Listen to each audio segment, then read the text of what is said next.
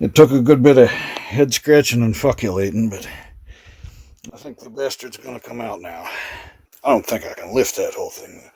Whatever that thing is, I think it's supposed to hold oxygen tanks. It's really thick and heavy. I'll tell you, if it wasn't for that thing right there being built into it, I'd be tempted to just turn the thing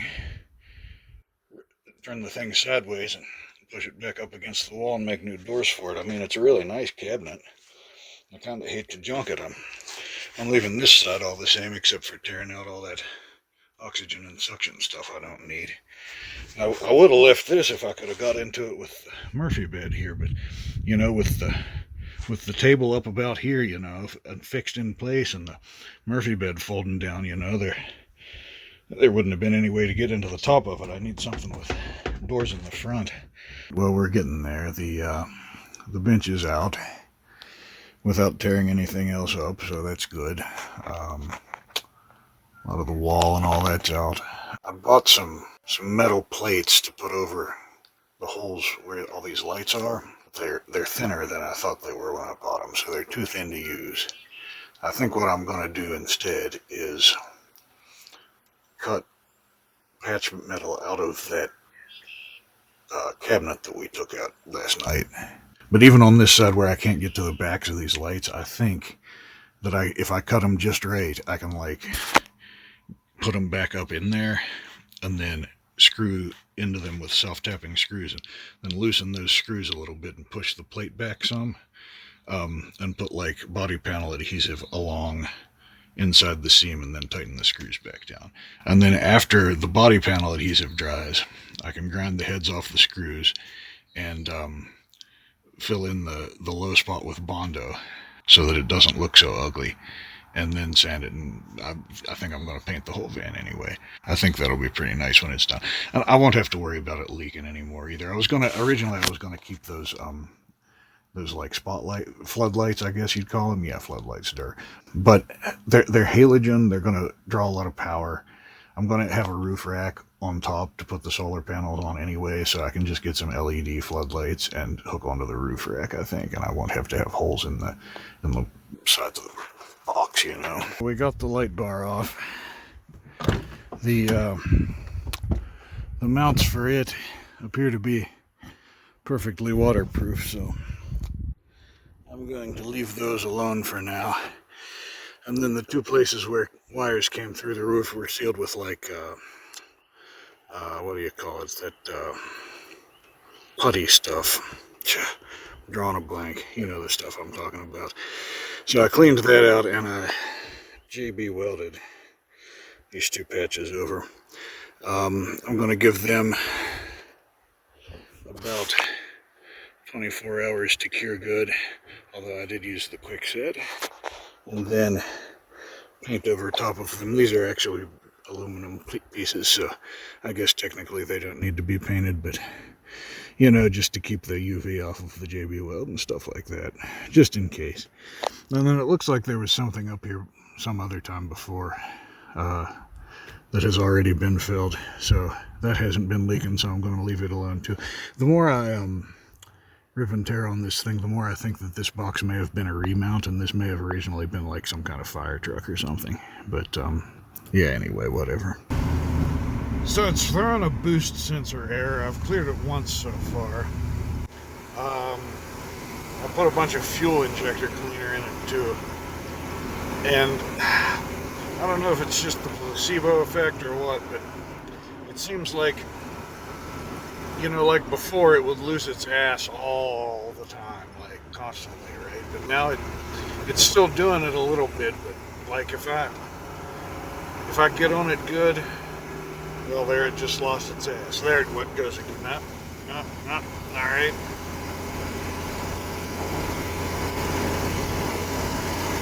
You can tell it sounds different when it loses boost.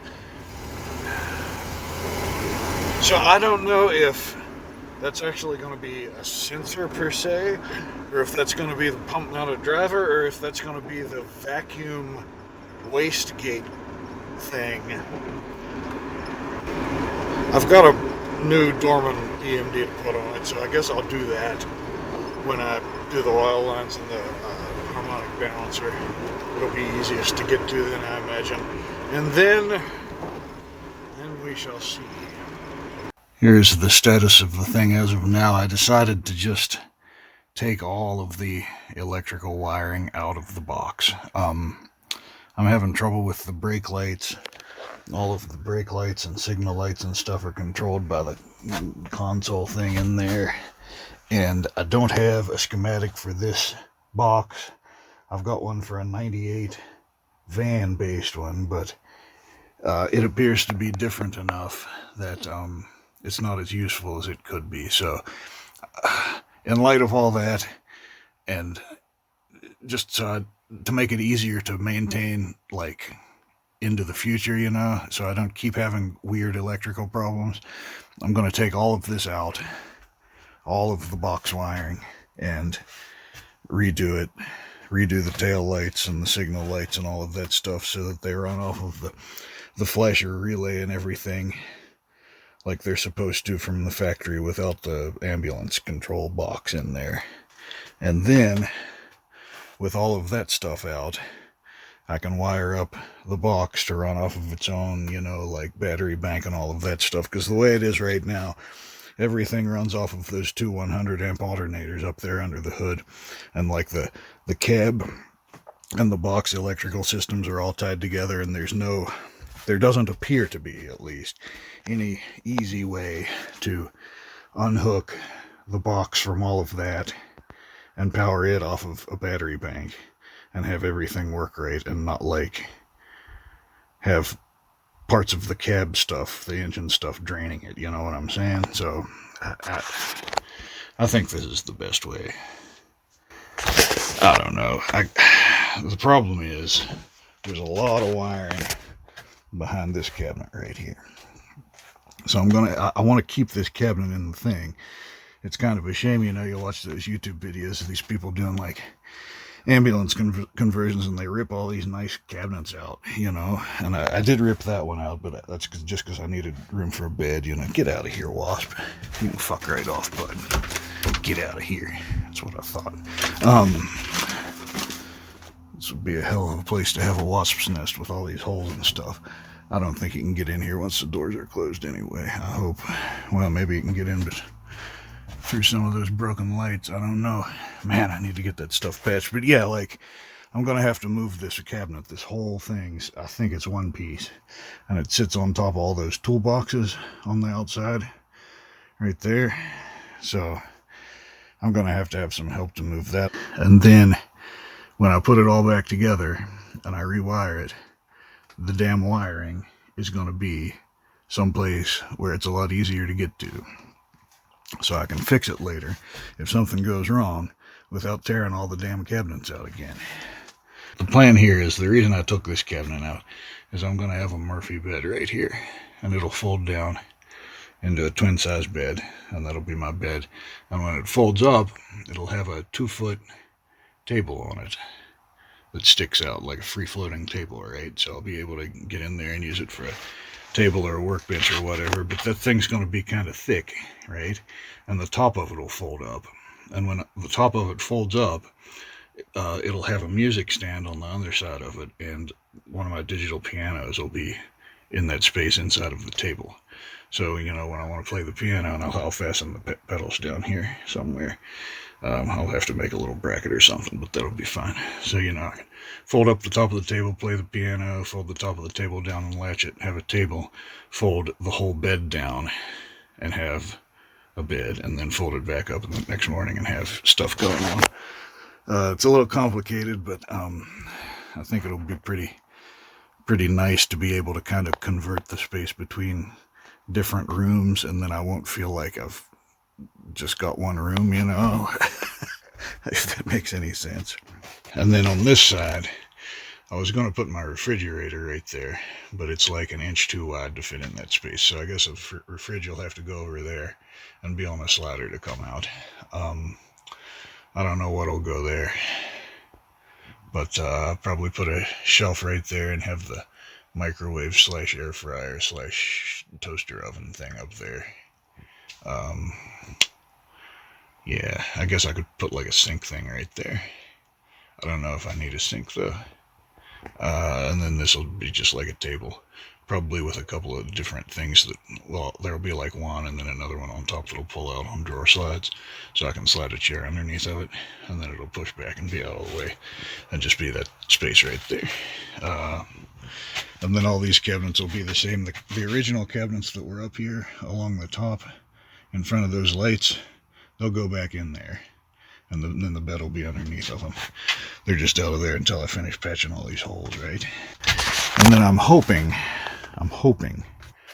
that it'll be relatively easy to take this whole cabinet out. I mean, it's kind of nice. It's a nice big, like, tall cabinet. It would be a great place to put a gun rack or something, but what I'd like to be able to do, because see, like, I've got portrait mode monitors, 3 of them, that need to go in a row for when I'm working, right? And they're not going to fit underneath of this cabinet right here.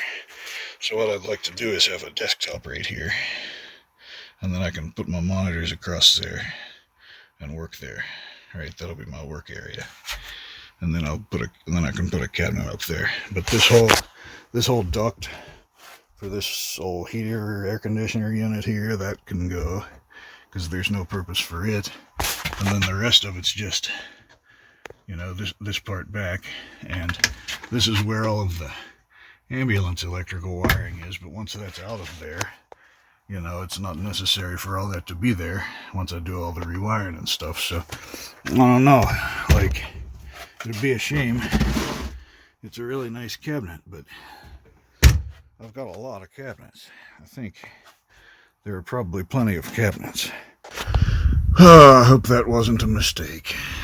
I got all of the boards out of this cabinet and pulled all of the wire out of it. I'm going to remove this cabinet now, and I can't decide if I want to keep it and turn it 90 degrees this way so that the doors are facing out here, and then I have a little cubby to have like a table in between them there, or whether I want to take it out entirely so that I can have a wider table. And hopefully once that's off of there, I can get to the electrical stuff that's behind that outside cabinet. So there's actually some really good stuff on these boards. There's this whole big terminal block here, and I guess these are thermal breakers, not fuses, but they tie into this distribution block here. That's pretty cool. I don't know what amperage they are. I haven't pulled any of them out, but it may be useful to repurpose some of that kind of stuff. And then right here, I think this is a big voltage regulator conditioner or something of some kind. If I can use that to remove the spikes from, like, the 12-volt supply from the engine, that might be really useful for running, if I have to redo some stuff and make another, like, electronic controller out of, like, an ESP32 or something like that to control the signal lights and stuff. Might be able to reuse some of this. Got a couple of pretty high-end Bosch relays on it, and some terminals and stuff like that. There's a couple more relays and some more breakers. So I assume that's an MOV or something right there. Some kind of crowbar thing going on, maybe, I don't know. And then over here, this is the actual brain box. Here's a ROM, which I assume gets programmed at the factory. The whole thing's controlled by a 68HC11 microcontroller. And there's not all that much to it. I guess this is just a driver board for, like, it drives all of the different lights and stuff, but it's got a bunch of CMOS buffers on it that drive these are banks of MOSFETs underneath of these metal cages here. And each pair of pins on this on these connectors appears to be like a ground and an output for switching loads on and off. So I guess at the factory they program what's what into this ROM, and then there you go.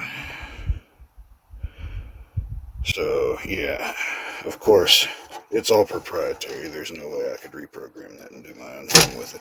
And then this is, I think that this is, there was a timer on the fluorescent overhead lights, and they worked even when the module wasn't turned on. You turn them on and then they'd stay on for like 30 minutes or something and turn themselves off. I think that's what this was. So don't need that either. But yeah, there's some more pretty good relays, and those are in sockets here now. I can pull those sockets off and build something with that. That's pretty cool. A little terminal block there too. Yeah, hell yeah. Alright, so it's getting pretty sketchy here. I've got this cabinet loose all the way around, and it's not actually attached to this kickboard, so that's good, but it seems like it's very front heavy and also very top heavy, so it's not going to take much scooting off of this thing until it tips forward. I don't know if I can do this by myself or not, but I'm going to try, because my buddy's busy in his poultry today and I'm impatient. If I drop it on myself, I'll probably be dead, but I reckon that's fine. Well, yeah, he'll come up this evening when he's done to have a beer and find me. So as long as I can hold out till then, it'll be fine. Anyway, so what I'm going to try to do, I think, is slide it out just enough to put one of these feet underneath the front of it. And then it's got some holes in the bottom of some of these cabinets where it was bolted down to begin with. And I'll either put a lag bolt through there into these feet, and about 3 of those holes down through there, or maybe I'll drill the feet and put a bolt through. I haven't decided yet. It depends on what I can scrounge. And then once that foot's on there, then I can scoot it out some more until just the back lip is still resting on the front of this kick panel, and then slide the other foot in there under it and bolt it on. And then with both of the feet on it, hopefully I can scoot it out this way to where I can get behind it and get to the rest of the wiring and all those old ducts for those puke smell, shit smell vents and all that stuff that I need to take out. Yeah, that's extremely tippy. But I guess I need to stop being a pussy and just do it. Hell yeah. Well, that wasn't nearly as bad as I thought. I intentionally made them a little bit tall because I figured that would make it easier to get the thing back on there. Like I don't know, an 1/8 tall or something, but it turned out to be easier, just for future reference if any of you weirdos are watching this before you do your own ambulance. It ended up being easier to scoot the thing in here at an angle like that, and then push it up underneath of the cabinet and kick the bottom end towards the wheel well, then to slide it in from the end. And the cabinet sat up here like this, without this in here, like that far off of the stuff, but it was pretty sketchy. It's probably the kind of job you ought to have somebody help you with, just to keep a hand up there to make sure it doesn't fall on you, but it was fine. This is an OSHA-approved job site, so all is well. So I was able to hook this foot on 3 different places using these leg screws that were originally holding that cabinet that was right here where the bed's going to go, that bench cabinet that were originally holding it up against that stuff, as I recall. Or maybe some of them were... No, I kept those in a different place, the ones that were holding the cabinet up. Anyway, they were holding up something over here that's not going back in, so... it seems very solid. I scooted the thing out another, I don't know, 6 inches or something. And it's not showing any signs of trying to fold up underneath of that as I scoot the thing around. I guess all that's left to do now is clean up a little bit so I have a place to shove this thing to once the other foot's on and get her done. This is janky as all get out, but if it falls, it's going to fall away from me, so I guess we're fine. Yep. You can see where the back of the cabinet was. There's all kinds of space back behind this cabinet where all this stuff was run. And I mean, if I scoot the cabinet back too far, I'll have a lip out here on the end, and that wouldn't be great, I don't think. But I was kind of thinking, like, once I get the thing mounted back up there, like that recessed section, you know, where it's just like countertop and no cabinets, I might just cut the whole back out of that and then like frame in a new little like surround around it that goes all the way back to the wall here. That'd get me another 4 or 5 inches. Maybe that's even 6 inches. So that's a significant amount of space that's being wasted right now. I can get to everything now. So, I guess it's time to continue ripping and tearing. Well, it's slow progress, but it's progress, I guess. I'm trying to keep the wire as long as I can instead of just cutting and chopping, so it's taken a while. But that's good wire, and I want to keep all of it and use it for something else. More progress. I think everything that's left in there hanging has to pull through into the cab. Alright, pretty much got the mess in here cleaned up. Very good. However, half of that mess migrated out here onto the ground, and the other half of that mess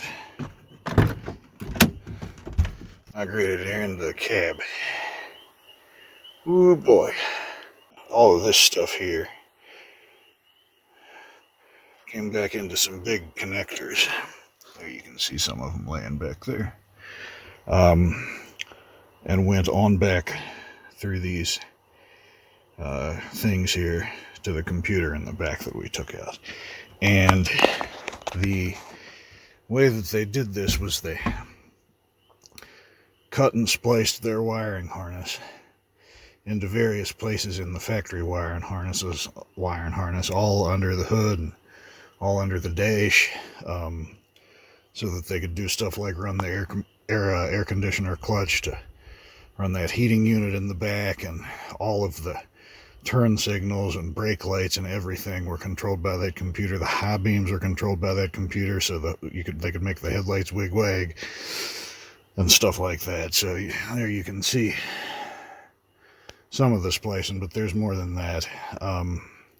So the next order of business, I think, is to trace each of those wires back to where they go, cut them, and splice the factory wiring harness back the way it started. And then when we're done, it'll be a GM G450 or whatever they called the cabin chassis version of this as it came from the factory.